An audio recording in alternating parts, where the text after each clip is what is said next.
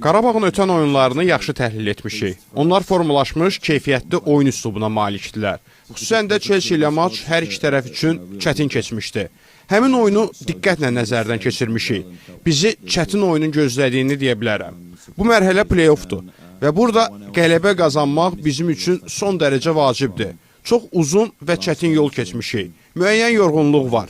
Amma buna baxmayaraq, yaxşı nəticə əldə etməyə əzmindəyik. Son oyunlarda göstərdiyimiz uğurlu performansın davamını Bakıda da gətirmək istəyirik.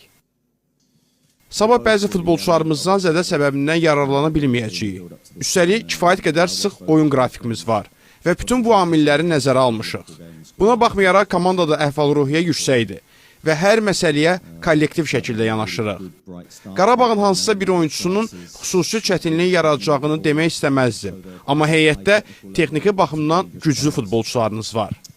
Rəqibin baş məşqçisi Qurban Qurbanov uzun illərdə komandanın çalışdırması böyük hörmət doğurur. O kifayət qədər çətin turnirdə uğurlu nəticələr qazanır və rəhbərliyi altında komanda keyfiyyətli futbol sərgiləyir. Xüsusilə cinahlarda çox sürətli və bacarıqlı oyunculara malikdirlər ki, bu da onların oyununa əlavə dinamika qatır.